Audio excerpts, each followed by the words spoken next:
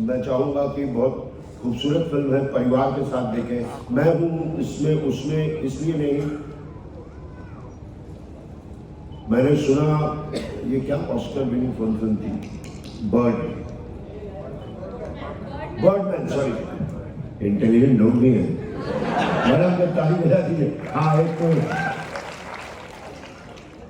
Film थी Birdman, वो आंखों देखी के बाद बनी और मुझे विदेशों से बहुत वो आया कि बर्डमैन बिल्कुल आंखों देखी जैसी बन गई। तो ये भी एक अच्छी अचीवमेंट, देखिए गई अच्छी फिल्में हैं, अच्छा साहित्य, अच्छी कहानी, अच्छी सिनेमा, अच्छी कविता, अच्छा संगीत, हमसे अच्छी कला हमसे दूर हो रही है, इनको पकड़ के लेके चलना है। और ये हम इंसानियत की जिम्मेदारी है, बहुत जिम्मेदारी है कि कल को हमारे बच्चे कहें कि पापा राग केदार क्या होता है, पापा कथक क्या होता है, पापा मधुबनी आर्ट्स क्या होता है, पापा सत्यजीत रे, राज कपूर कौन थे, मृणाल सेन कौन थे। ये बड़ा दुख का विषय होगा, क्योंकि समाज धीरे धीरे कैनवास, बड़े कैनवास से इस कैनवास पे आ रहा है। और ये कैनवास ऐसा है कि बाप बेटे, माँ बाप भाई सबको बुलवा करके इसमें ही लगाए रखता है। तो ज़रूरी है दरवाज़ा खटखटाते रहना, बच्चों हाँ पापा देखो, ये हमारी कला है, ये हमारी संस्कृति है, ये हमारी शिक्षा है, हमको इसको आगे लेके जाना है।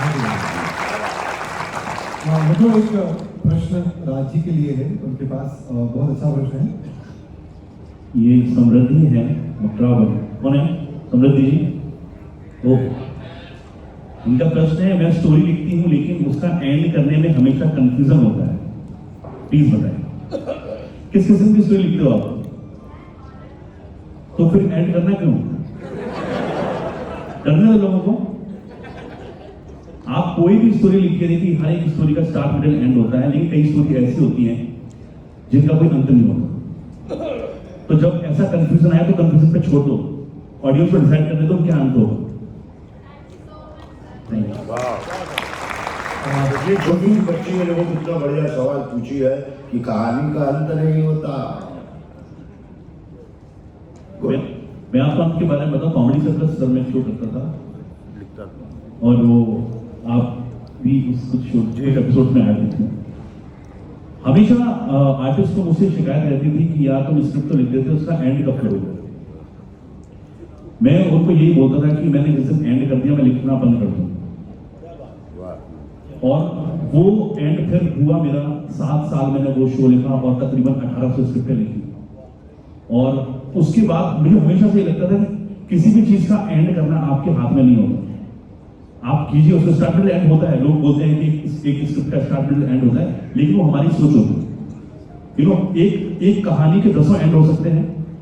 तो जहां पर आपको कोई कंफ्यूजन लगे, आपका मन जो कह रहा है वो एंड लिख दीजिए और कोई इसका दूसरा सॉल्यूशन नहीं। मीना सोनी जी ने एक, ये प्रश्न तो नहीं है, एक सेंटेंस लिखा है कि आप त्रिदेव जी, आप नीचे क्या सोचकर बैठे हैं? कहीं यह चेतावनी तो नहीं कि हमेशा जमीन से जुड़े रहो, ऊपर उड़ोगे तो जमीन पर ही आना पड़ेगा। धन्यवाद। देखिए प्रश्न पूछने वाला पहले ही खड़ा हो गया, देखिए तो सही पूछा नहीं, सोच के तो बैठे तो वहां पे बहुत लाइट आ रही थी, है ना? हमेशा लाइट में मत रहो, कभी कभी तू ही बोल। आपने अपने प्रश्न में ही उत्तर लिख दिया इस चीज का, तो इसमें हम कुछ भी बोले उत्तर तो यही रहेगा कि जमीन से जितने जुड़े संजय जी हैं, आपको देखा होगा इतने देसी कलाकार हैं बिल्कुल ये और हमेशा कह देते हैं ना, वो जो पेड़ जितना फलों से लदा होता है उतना झुका होता है।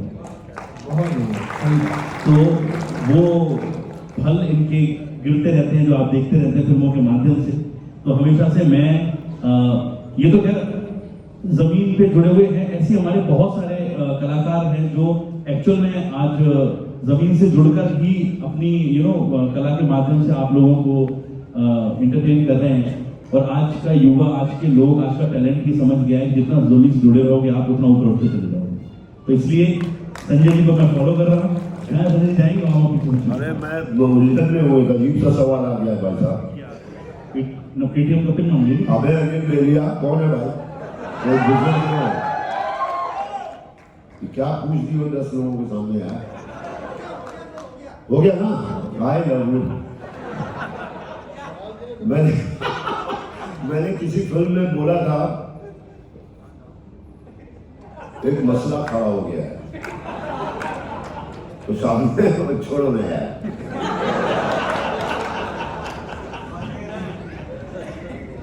एक और बहुत खोज के निकालते हो ऐसा। सॉरी बट ठीक है। रुपेश जानी जी ने एक सवाल पूछा कि सर जी, किरदार करने में माहौल का क्या रोल है? कौन है? रुपेश जॉनी कहाँ हो बेटा? जॉनी आओ। माहौल का तो रोल करने में नहीं, पूरी जिंदगी में बहुत महत्व है। हमारा संगीत माहौल देता है। सुबह के रात माहौल देते हैं, दोपहर के रात माहौल देते हैं, रात के रात माहौल देते हैं। खाली पीली करने में क्या होता है? एक सरोद वादक थे पंडित ज्योतिन भट्टाचार्य, तो वो जब भी स्टेज पे जाते थे तो थोड़ा सा इत्र लगा लेते थे। तो हम पूछे, गुरुजी सरोद आप बजाते हो कि इत्र? तो उन्होंने कहा कि वो माहौल बना देता है। मैं कभी स्क्रिप्ट नहीं पढ़ता हूं। कहते हैं ना कि मैं 2 महीने 2 साल तक स्क्रिप्ट पढ़ता रहा। अरे भाई ने लिखा है 7 साल में, मैं 2 महीने में स्क्रिप्ट पढ़ के सुनिए राघव जी आपका क्या है कि ये है वो है। नहीं, मैं पढ़ता ही नहीं। भाई मेरे डायरेक्टर, तुम्हारे में काबिलियत है, तुम मुझे सुना दो। तुम मुझे सुनाओगे तो मुझे दिखाई देगा, क्योंकि अगर तुमने अच्छे कवि या अच्छे लेख या अच्छी कहानी ऐसी होती है, उदय प्रकाश की कहानी पढ़िए तो आपको दिखने लगती है वो कहानी। तेरे की उनका उपन्यास से दिखने लगता है। तो अच्छा डायरेक्टर जब आपके सामने कहानी पढ़ता है तो उसका भी एक रिहर्सल हो जाता है कि मुझे ये दिखाना है। मैं भी देख लेता हूँ, कैरेक्टर देख लेता हूँ। उसके बाद सिनेमा जो माध्यम है, 10 डिपार्टमेंट जुड़े होते हैं। मैंने अपना किताब पढ़ लिया, स्क्रिप्ट पढ़ ली, ये अपना कुछ और पढ़ के आ गए, ये डायरेक्टर है, ये कैमरामैन है, ये कुछ और पढ़ के आए या पढ़ के नहीं भी आए, ये आर्ट डायरेक्टर है, ये भी।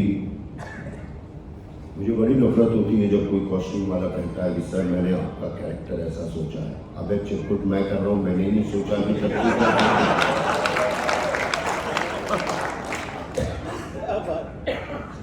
वैसे तो कभी मिला नहीं, क्या सबको मालूम ही होता। ऑस्कर अगर मिल रहा होता ना तो मैं इस तरह के माहौल में कभी नहीं जाता, वहाँ मुझे गेट पे रोक दिया जाता। लेकिन ये उज्जैन है, महाकाल की नगरी है, तो लगा इस तरह ये है माहौल। तो कलाकार को नहीं, हर एक को। मैं बड़ा गुस्सा होता हूँ उन लोगों से जो सुबह सुबह उठो, सुबह सुबह सूर्य होता है ना, बड़ा कोमल नहीं लगते उसमें।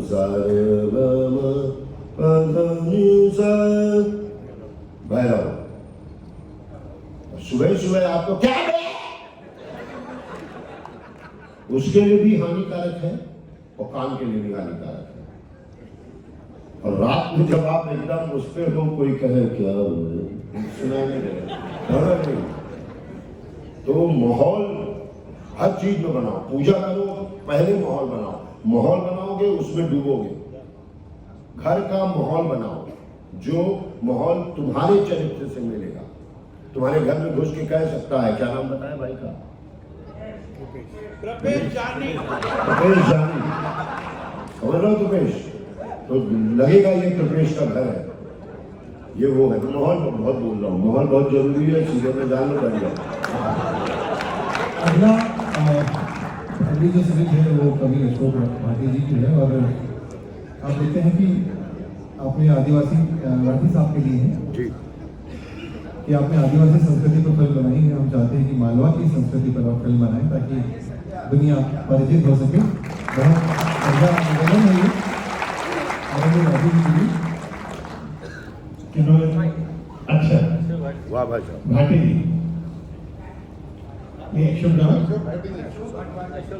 हाँ वही तो मैं बोल रहा हूँ भाटी जी नहीं मालवा तो खैर मैं हमेशा से कोशिश करता रहा हूँ और संस्कृति की तो बात नहीं है अभी तक उस पर तो मैंने नहीं विचार किया लेकिन यहाँ के कलाकारों को मैंने अपनी फिल्मों में बहुत स्थान दिया। मैंने यहाँ के कई कलाकार को मैंने दूरदर्शन के लिए काफ़ी टेलीफिल्म्स बनाए और सीरियल्स बनाए और मैंने शूटिंग भी की है उज्जैन के अंदर तो वो तो मैंने किया लेकिन संस्कृति के ऊपर बिल्कुल मैं इस बारे में विचार करूँगा और मैं चाहता हूँ ऐसी फिल्म बनाए जिसमें कलाकार संजय मिश्रा जी हो, राइटर संजय शांडिल जी हो और उज्जैन के कलाकार हो। क्या जोरदार तालियां दो, बहुत बढ़िया। क्या उज्जैन का कॉलेज क्या भाटी साहब बैठे बैठाए काम दे दिया आपने। अब सोच रहा हूँ कल का रिजर्वेशन कैंसिल कराना। एक सवाल आया है और उन्होंने कहा है कि निवेदन किया है कि राज जी एक डायलॉग अभी आशु कवि हैं, एक दिन में 6 स्क्रिप्ट लिखी थी, तो एक पंक्ति अभी वो तैयार करें और परम आदरणीय मिश्रा सर उसको अपने अंदाज में ढाल दें तो वो इन सबके मनों में बस जाए। कौन है भाई साहब? सर मैं मुझे लगा कोई बड़ा ही कीड़ा होगा ये।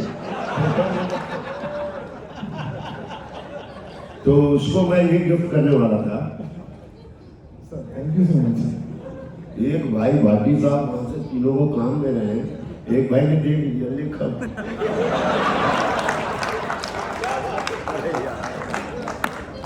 डायलॉग मैं बोल देता हूँ उसके पहले एक डायलॉग है वो मैं हमेशा से संजय सर के मुंह से सुनना चाहता था। वेलकम बैक में जब अनिस भाई की फिल्म वेलकम बैक सर है, मैं वेलकम बैक का हिस्सा रहा हूँ। तो एक नाना जी की आवाज में एक डायलॉग है कि वो अरे मेरी आवाज तो सुनो ना। आप वो नहीं वो आपकी आवाज सुनना चाहते हैं, मैं सुनना चाहता हूँ खासकर। अबे राज मैं डायलॉग वाला एक्टर ही नहीं हूँ। ये तो खड़े खड़े परीक्षा लिए तुम देखो खुद किसी देखो खाली डायलॉग है क्या सर, आप अगर एक लड़की का रोल कर रहे हो हाँ और डायलॉग है कि मैं तुम्हारे बच्चे की मां बनने वाली हूं, या तो मुझे अपना लो या मुझे पैसे दो। तो सुनो मैं लड़की हूँ ना। हाँ सुनिए जी, पड़ोसी बता रहे थे कि मैं आपके बच्चे की मां बनने वाली हूं।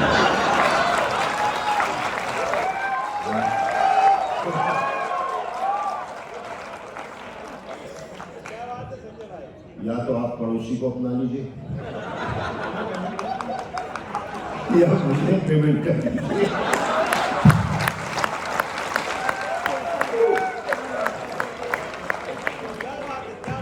साहब उन्होंने जो मैंने पड़ोसी इसलिए लगा दिया क्योंकि अब मुझसे डायरेक्टर कहते हैं सर आप अपने हिसाब से डायलॉग बोलिए। हाँ अच्छी बात है सर, ये सोचिए पड़ोसी में डाल देंगे। हाँ पड़ोसी बता रहे थे कि मैं आपके बच्चे की मां बनने वाली हूँ। अरे वाह जोरदार तालियां दो सर। कुलदीप रावत जी पूछते हैं कि सर रोहित शेट्टी जी के साथ आपकी इतनी अच्छी बॉन्डिंग कैसे हुई और कब शुरू हुई?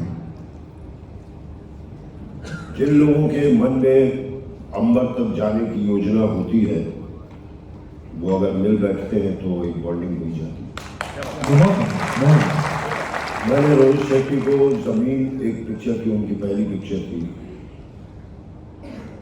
वो कामयाब जैसे चरित्र कामयाब में जो मेरा चरित्र था कि अपनी जिंदगी में मकाम ढूंढ रहा था, या एक शेट्टी साहब होते थे, पुराने एक्टर थे, बहुत खतरनाक विलन होते थे, गंजे से होते थे, किसी पिक्चर में आ जाते थे उन दिनों के बच्चों को डर लग जाता था, बाप ये तो राजेश खन्ना को मारेगा नहीं, मार के फिर खड़ा कर देगा, बाप कितने खतरनाक थे वो। तो रोहित भाई उन्हीं के बेटे थे, और जो बाप का सपना होता है कि मैं फिल्म बनाऊं, तो रोहित जो है जमीन पिक्चर में बहुत ही तगड़े लेवल पर जुड़े थे। पहली पिक्चर थी, हिट करानी थी, अभिषेक बच्चन थे और काफ़ी लोग थे उसमें, अजय देवगन थे, इतने बड़े बड़े कलाकारों को लेके नया डायरेक्टर, और हम लोग थे जो रोहित भाई ने चांस दिया तो कुछ करना ही है इनके साथ, ये भी कुछ करना चाहता है तो मैं भी इनके साथ कुछ करूँगा। तो उन दिनों रोहित भाई पता नहीं शॉट ले रहे थे कि संजय भाई एक दिन देखना आप परेश रावल जैसे बनोगे, और बढ़िया हुआ परेश भाई पॉलिटिक्स ज्वाइन कर ली और मैं उनकी जगह आ गया। बहुत अलग किस्म की फिल्म बनाते हैं और हर डायरेक्टर चाहता है कि मैं रोहित शेट्टी जैसा बनूं, और अभी मैं उनके साथ 10 तारीख से फिर शुरू करूंगा। हम लोग की फिल्म है सर्कस, बहुत खूबसूरत और मज़ेदार फिल्म है जो रोहित शेट्टी की फिल्म होती है, हंसते हंसाते नो लॉजिक। तो हम लोग अभी पिछले 2-3 महीने में बहुत साथ हैं, बहुत मज़ा आ रहा है, बहुत मज़ा आ रहा है। किन्होंने पूछा था इसका ध्यान लेते रहना, वो लास्ट तक पर्ची में छोड़िए लो, अरे खुद ही खड़े हो जाओ। ये देखिए, नमस्कार नमस्कार, क्या नाम है दोस्त? हाँ कुलदीप जी, धन्यवाद। मेरे सामने पर्चियां इतनी सारी हैं कि मैं उनको कैटेगराइज कर रहा हूँ ताकि एक सवाल में 4-5 लोग शामिल हो जाए, बिकॉज बहुत सारे प्रश्न है, नाटक से संबंधित प्रश्न है। अब अगला इसमें नाम नहीं लिखाया था किसी ने, केवल उन्होंने अपना चित्र बना दिए हैं। अरे कि नाटक और फिल्म अभिनय में क्या अंतर है? ये शक्ल का कौन है भाई? ये 3 बालों वाला कौन है? कौन है?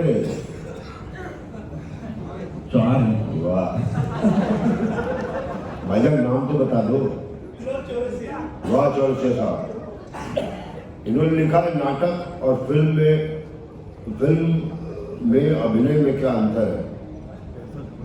हाँ? ये बोल रहे हैं पैसों का अंतर है।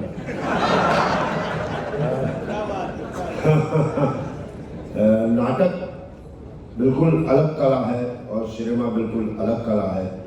सिनेमा में लेंसेज होते हैं, नाटक में लेंसेज नहीं होते।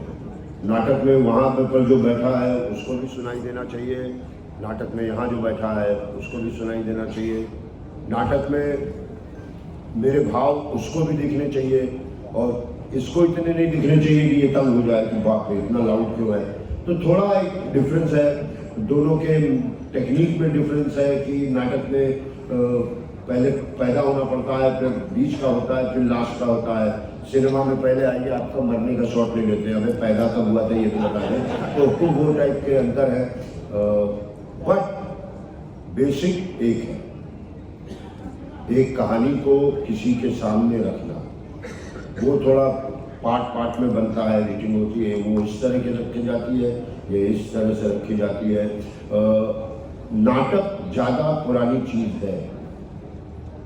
जब हिंदुस्तान में, मैं हमेशा कहता हूँ, सिनेमा समुद्र के रास्ते आया था, अंग्रेज लेके आए थे, अंग्रेजों से हम लेके आए थे। तो एक फिल्म आई, अबे तुम देखे हो पर्दे पर ऐसे करके ट्रेन आती है, क्या बात कर रहे हो? हाँ चलो देखते हैं, कितना पैसा टिकट है? कहा 4 आने में 36 लोग जा सकते हैं। चलो चारों लोग 36 लोग गए, छोटा सा उठते ही बड़ा पर्दा, ट्रेन आई तो समय फास्ट होता था, लोग उतरे, अभी तो जादू है। हिंदुस्तान में जो लोग कैमरा और सिनेमा लाए थे उनको लगा वाया, 4 आने में 36 लोग आ रहे हैं, 200 लोग दिन भर में आ गए, तो जोड़ते रहो अपना हिसाब, जीएसटी निकाल के। फिर धीरे धीरे हुआ कि नहीं, हमारे पास ऑडियंस आ रही है, तो हम क्या करें, क्या दिखाएं? कहे गुरु हनुमान जी को उड़ते हुए दिखा सकते हैं? कहे हाँ। फिर लाइन लग गई लोगों की, हनुमान जी बोले थे कि क्या बात कर रहे हो? कहा हाँ, जैसे ट्रेन चल रहा था वैसे आओ। फिर ज़्यादा लोग आने लग गए, फिर 50 पैसे में 36 लोग आने लग गए। फिर कहानियाँ शुरू हुई धीरे धीरे धीरे धीरे धीरे धीरे, तो वो एक बिजनेस बन गया। एक टाइम पे लोगों को सिर्फ भगवान की पिक्चरें पसंद थी, तो देखिए ब्लैक एंड व्हाइट एरा में एक समय पे जीवन सब होते थे, जिनकी मैं नकल करता हूँ, पाँव पाँव। फिर उसके बाद हुआ धीरे धीरे धीरे जब कलर फिल्म आए, भाई देख कुछ भी बना, एक गाना रखियो है, एक माँ की लोरी रखियो, एक लड़का लड़की का गाना रखियो और एक विदाई संगीत दियो। हाँ पापा मैं डाल दूंगा, हाँ बेटा। पिक्चर हिट हो गई, देख बेटा उसके बेटे ने ऐसे ऐसे किया था, तू भी वही करियो जा। चाट की दुकान हो गई कि इनके यहाँ कई पुदीने वाली जो पानी बनाते हैं ना गोलगप्पे का, आया तो वो क्यों अगला इमली का बनाएगा जब आया पुदीने पे हो रही है। तो एक दकियानुसी तरीका पैसा कमाने का निकल गया। उसमें कुछ आप जैसे लोग जो इस तरह के फिल्म फेस्टिवल का आयोजन करते हैं खड़े रहे उस समय के नए मेकर के पास, आज भी ये लोग खड़े हैं आप जैसे नए मेकर्स के पास, एक अच्छे चीज़ को सपोर्ट कर रहे हैं। कीचड़ में ही तो कमल खिलता है, तो निकाल करके लाना पड़ता है। सर जय महाकाल मित्र मंडली के कुछ सदस्य यहाँ पर बैठे हुए और उन्होंने लिखा कि सर वो आपका पसंदीदा डायलॉग सुनना चाहते हैं जो आपको सबसे ज्यादा। जय महाकाल, यही मेरा पसंदीदा डायलॉग है। और आनंद सिंह जी मेरी एक फिल्म थी कामयाब जिसके बारे में शुरू में चर्चा हुई, उसमें एक लाइन थी, बस एंजॉयिंग लाइफ और ऑप्शन क्या है। धन्यवाद। सर एक प्रपोजल आया है, आनंद सिंह जी चौहान पूछते हैं कि अगर हम संजय जी के साथ शॉर्ट फिल्म की कोई कहानी पर काम करना चाहें तो क्या वे हम जैसे नए कलाकारों के साथ काम करेंगे? अबे हम काम करने के लिए ही पैदा हुए, ये तो खुद ही खड़ा हो गया। तुम चाह रहे हो? वाह, हाँ हाँ बिल्कुल, हम काम करने के लिए ही पैदा हुए हैं। बिल्कुल करेंगे। उसके लिए तुम्हारा मेरे पास थोड़ा वक्त हो कि भाई संजय भाई दिसंबर में हम 2 दिन आपका काम चाहते हैं, तो क्यों नहीं करेंगे यार, बिल्कुल करेंगे। मुझे नए लोगों ने ही बनाया है, मुझे बड़े पुराने लोगों ने नहीं बनाया है। मुझे सब नए नए लोगों के साथ, क्योंकि आप उनकी भाव उनके एक्सप्रेशन को वो मेरे एक्सप्रेशन को समझते हैं और बन जाती है अच्छी चीज़ें। जी शुक्रिया। जी रोहित एक प्रश्न पूछते हैं कि किसी बड़े कलाकार के साथ काम करने में जो झिझक होती है वो पहली बार कैसी होती है? अब बड़े कलाकारों को मेरे साथ काम करने में झिझक होती है। मैं ज्यादा तो नहीं बोलूंगा। मैं सबसे बड़े 2 कलाकार थे, अमिताभ बच्चन के साथ जब पहली बार काम किया तो आज से कर लूँगा, एक्सरसाइज करके गया, कोई तली भुनी चीज़ नहीं खाऊंगा, दही खाऊंगा, थोड़ा सा पोहा ले लूँगा, बस पेट ठीक रहेगा। आज अमिताभ बच्चन के साथ काम करना, हे भगवान सब ठीक हो जाए, वहाँ से अमिताभ बच्चन है और मैं हो गया लूज मोशन लगा था, पेट में गुड़गुड़ाहट। पहले तो काम करना बहुत दूर की बात, अमिताभ बच्चन तो साक्षात देख रहा हूँ। अरे बाप रे बाप, वो भी मानिए ना मानिए गुरु में कुछ तो है। तो वो मिरिंडा का ऐड था, तो हम बार बार कहें मिरांडा मिरांडा। तो उत्तर प्रदेशीय कनेक्शन होने के नाते उन्होंने मुझे कहा ऐसे इधर आओ, तुम दिल्ली के हो क्या? हाँ जी सर जी सर जी सर। वही तुम मिरांडा मिरांडा कर रहे हो, क्या मिरांडा कर रहे हो, मिरिंडा है। लेकिन बड़ा हेल्प किया उन्होंने। दूसरी एक फिल्म कर रहा था राजकुमार, वही कैरेक्टर एक्टर अनिल कपूर का सिपाही, उसमें माधुरी दीक्षित के बाल खींचे थे। वैसे ही वो महिला बाल खींचे, आपके बाप किसी का बाल खींचना यार, हमारा खींच ले तो ऐसी कैसी हो जाए। तो मैं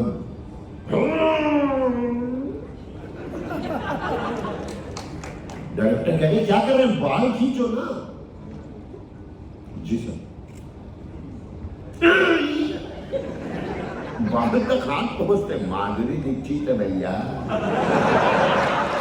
1 2 3 4 5 6 7 उसकी फिल्म देख के नाच कर दिए थे स्टेज पर लोग, फिल्म चल रही है तो कैसे खींचे। फिर वही ब्राह्मणों में जो प्रॉब्लम होती है, गुड़ गुड़ गुड़ गुड़ गुड़। माधुरी जी कह रही है पागल खींचना, मगर पागल हूँ इसीलिए तो नहीं खींच पा रही। तो बड़ी दिक्कत हुई थी, तो बस वो इतनी ही झिझक हुई थी। बाकी आजकल मैं कंफर्टेबल हूँ, कहीं झिझक नहीं होती। सर, दो लोगों ने, अभिषेक शर्मा और अभिषेक दीक्षित ने सवाल पूछा है कि कौन सी फिल्म करने में आपको बहुत मजा आया? अगली फिल्म करने में बहुत मजा आएगा। सर, अर्पित एक सवाल पूछ रहे हैं। अर्पित है कौन बे? अर्पित, भाग क्या सवाल पूछ के? अर्पित कहाँ है? चलो अब वॉशरूम में ही जवाब देते। पूछो क्या पूछ रहा था? सर वो पूछना चाह रहे थे कि ऐसा ना स्कूल में होता है कि मास्टर सवाल पूछ के वॉशरूम चला गया। आए हाय हाय, बच्चे चैन की बंसी बजाते। भविष्य में पॉलिटिक्स में जाने का कोई विचार? पॉलिटिक्स से पूछो, यही पूछा जो सुशु का अर्पित, क्या अर्पित, बताऊं, बड़े बड़े लोग हैं कैसे बताओ, ऐसा सवाल पूछ के टॉयलेट चला गया। हमको पॉलिटिक्स में रखेगा। क्या सवाल पूछा है? आपका पॉलिटिक्स में जाने का क्या विचार है? पॉलिटिक्स से पूछना उसको, हमको लाने का चलता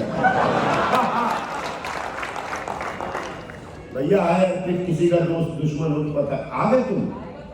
हाँ जरा खड़ा करके मुर्गा बना उसको यार, सवाल पूछ के हलवाई क्या चले खाना खाने। हाँ चलो।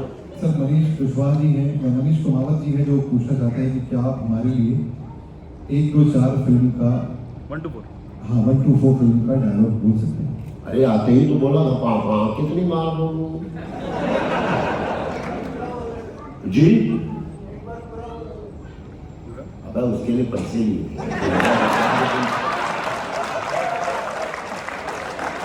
उसके लिए पैसे वो ना आज से 30 साल पहले होता था। देखो राजकुमार है सर एक डायलॉग जानी। अब आगे बढ़ जाओ, धीरे धीरे कहोगे सर उस पिक्चर का गाना सुनाइए तो बताया हारमोनियम में पकड़ा दोगे। लेकिन हाँ उसके बारे में एक चीज बता दूं, वो जो राइटर हैं अश्वनी धीर, उन्होंने ही लिखा था वो ऑफिस। तो उनके हर सीरियल में मुझे मेन रोल देते थे और बड़े हाइपर टाइप के हैं वो, ऐसे ऐसे करते रहते हैं हमेशा। ये संजय एक फिल्म लिखने जा रहा हूँ, एक फिल्म करने जा रहा हूँ पहली बार। मैंने कहा वाह छोड़, अरे क्या रोल है उसने? मैं क्या रोल है पहला भाई? सीरियल में भी मेन रोल देता है, फिल्म में भी मेन ही रोल देगा। क्या रोल है भाई? का वो मुकेश तिवारी के हिंचमैन था।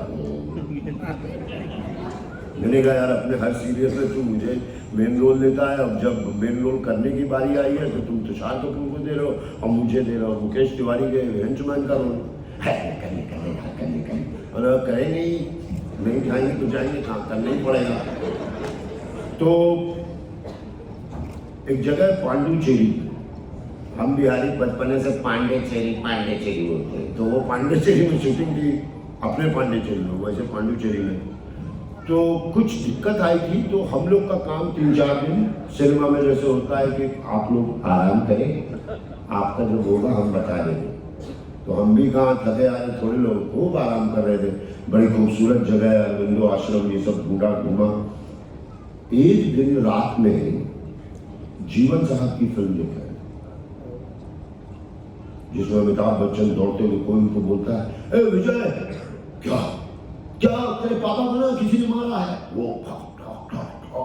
बच्चन जी का दौड़ना बड़ा मशहूर था, लोगों को बड़ा अच्छा लगता था। जो लोग फैन होंगे अमिताभ बच्चन के, वो दौड़ते हुए गुरु पहुंचे ना जीवन क्यों पापा क्यों पापा क्या कर रहा है, जाके उसको पकड़ो। मैं तुरंत एसी चल रहा था, रजाई हटा, मैंने कहा गुरु ये एक आर्टिस्ट है जो नारद बनता है तो भी बनता है तो भी और हम ऑडियंस उसको पसंद भी करते हैं। तो गुरु इन्हीं का जूठन चाट लो। और अगले दिन मैं डायरेक्टर से कहा कि मैंने कहा पहले मेरे डायलॉग के बॉस बम फटा क्या, मैंने कहा भैया सुनो ये बॉस वॉस नहीं हुआ, मुकेश तिवारी हैं, सागर के हैं, मध्य प्रदेश के हैं, हम उनसे बोले बम फटा क्या? अरे नहीं ज़्यादा हो जाएगा, ये ज़्यादा हो जाएगा। मैंने कहा यार तुम सचिन तेंदुलकर को बोल रहे हो, थोड़ा कम चलना प्लीज। एक शो देख रहा था मैं जिसमें बंगाल के एक टेस्ट क्रिकेटर से इंटरव्यू चल रहा है, लू स्टॉक नाम है उसका, हाँ नाम भूल उनका। तो उसमें बंगाल का टेस्ट क्रिकेटर कहता है, उससे पूछा जाता है कि आप तो हर एक मैच हार जाते हैं, अगर हम जीत के जाते हैं ना तो हम पर केस हो जाता है, जीता कैसे? तो यही पापा पापा पापा मोइन अख्तर साहब, बहुत बढ़िया शो है। कहाँ मुझे सर अगला प्रश्न, उसकी हिंदी बड़ी कमाल है। मैं पढ़ूँ? राम पर हाँ, मतलब आज की डेट में बिना आइटम संगीत पिक्चर हिट नहीं होती, क्या शिक्षित वर्ग के लिए सही? मैं शिक्षित की स्पेलिंग लिख रहा था एक्चुअली सर। बचपन में टीचर करता हाँ, बोलता क्या है, बात अच्छी कर रहा हूँ। बात अच्छी है। हाँ, व्याकरण में क्या रखा है, भाव पहुंचाओ।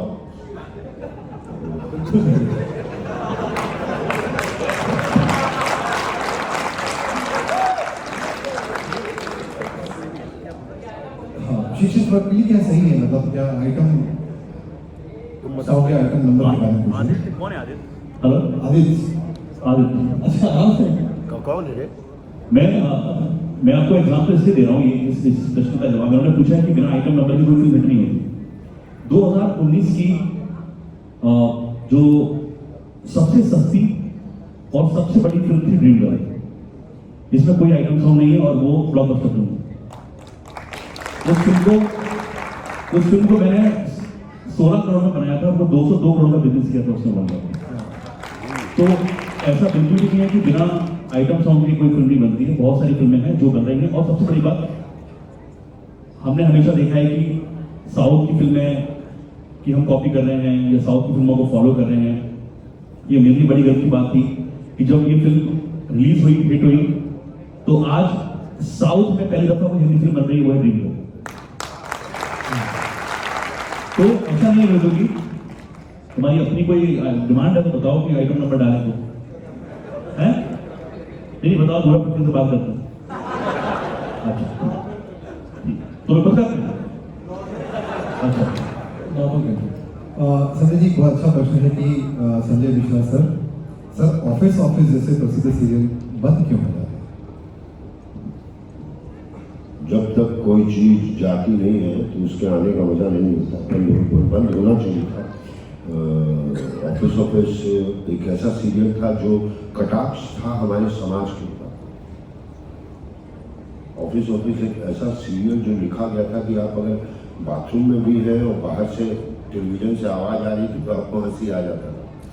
एक काम आदमी की कहानी थी वो, लेकिन अगर वो बंद ना होती तो मैं आपको लिख ही ना कर पाता या कोई और पिक्चर ना कर पाता, ऑफिस करता रहता। तो लेकिन मैं हर प्रोड्यूसर से, हर डायरेक्टर से एक बात कहना चाहूँगा कि ऐसी चीज़ें वो जरूर बनाए जो समाज का थोड़ा सा आईना दिखा दे। भ्रष्टाचार और ये सारी चीज़ों पर वो बहुत बढ़िया कटाक्ष था कि एक मुसद्दी लाल ड्राइविंग लाइसेंस बनवाने में फंसे हुए हैं, तो कोई पासपोर्ट में फंसे हुए हैं, किसी की गाड़ी उठा के ले गया है, जो हम लोग के साथ रोजाना होता है बैंक में, या वो सारी चीज़ें बंद हो गई। आगे भी बनेगी और भी अच्छे।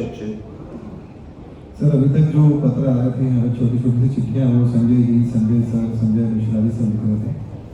एक बंदे ने ऐसा लग रहा है रेडियो प्रोग्राम चल रहा है, एक आया है ये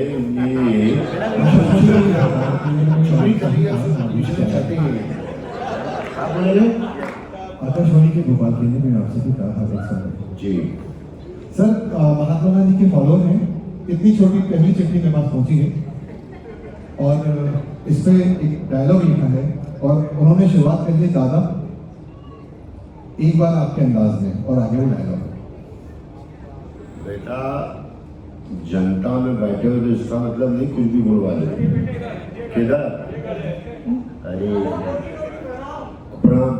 मैंने चावल के दाने पे महाभारत देखा था, गीता देखी थी।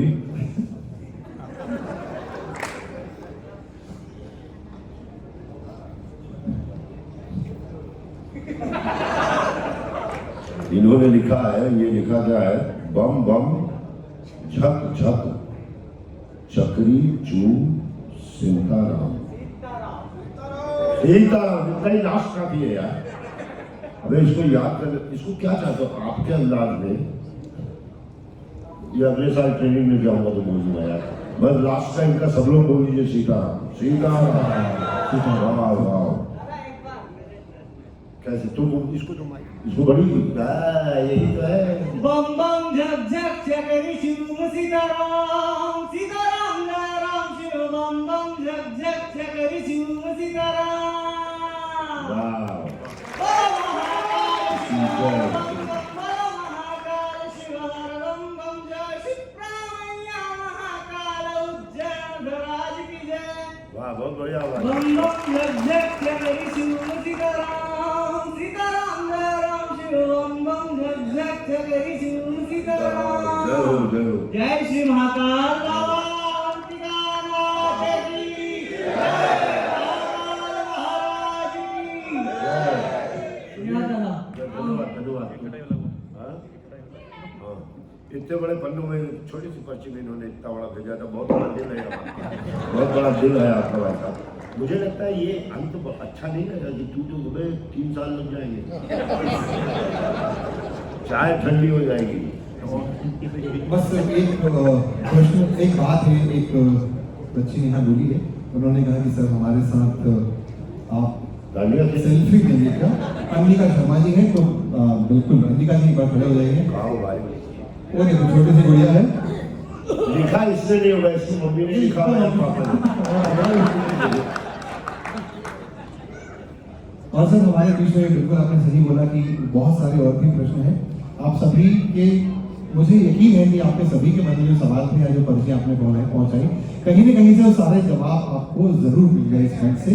और सर हमारे एक युवा कवि हैं चेतन चर्चिल, और तीनों के लिए चेतन चर्चिल, उन्होंने तीनों के लिए एक प्रश्न पूछा है कि उज्जैन आकर कैसा लगा? तीनों से पूछा है प्रश्न। क्या पूछा? उज्जैन आकर तो मैं ऐसा नहीं कहूँगा, मैं तो उज्जैन का ही हूँ। 7वीं 8वीं कक्षा से मैंने यहाँ पढ़ाई की है, MA तक की। इतने साल गुजारे हैं तो यहाँ की तो एक एक हवा मिट्टी पानी से कैसी थी, और हमेशा बॉम्बे में इसे मिस कर रहा हूँ। राज मैं तो ये कहूंगा कि उज्जैन है ना, जो उज्जैन एक ऐसा शहर है, उज्जैन घूमने वाला का महसूस करने वाला शहर ज्यादा है। आप इस शहर को महसूस कीजिए, ये शहर आपका हो जाए। बहुत बढ़िया। और यहाँ महाकाल के दर्शन कीजिए और लाइफ में आगे बढ़ते रहिए बस। और उज्जैन आके ऐसा लगा, बहुत प्यार मिला, बड़ों का बच्चों का। आज महाकाल में पता नहीं एक बुजुर्ग आंटी थी, बार बार कह रहे, मुझे देख के कह रहे कि मेरा बेटा आ गया, मेरा बेटा आ गया। और अरे चला भी गया, अरे यहाँ जाओ जाओ जाओ। तो अच्छा लगा, उज्जैन आके बड़ा मस्त लगा, बहुत बढ़िया लगा, बहुत प्यार मिला। महाकाल का भी प्यार मिला, यहाँ के लोगों का भी प्यार मिला। बाफले का प्यार कल पता चलेगा कितना मिलेगा, क्योंकि इस राम नाम में जो खाना है अभी खाएंगे। आपका कौन खींच रहा है फोटो? कोई है बच्चों का माँ बाप? ठीक दिए एक बार चल जाओ बोलो धन्यवाद।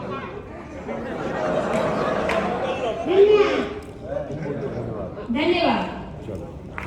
सर आपसे मिलने आज यहाँ बहुत सारी जगहों से लोग आए हैं। नीरज जी के कुछ मित्र बाहर से आए थे, अभिषेक शर्मा जी भोपाल से आए हैं, और कानपुर से प्रवीण जी आए हैं। आपके लिए आपकी एक पेंटिंग बनाकर आपको उपहार भी देना चाहते हैं। एक बार जोरदार तालियों के साथ इनका भी अभिनंदन हो जाए उज्जैन की जगह पर।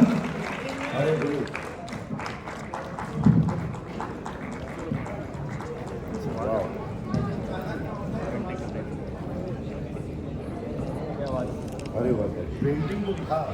अरे सर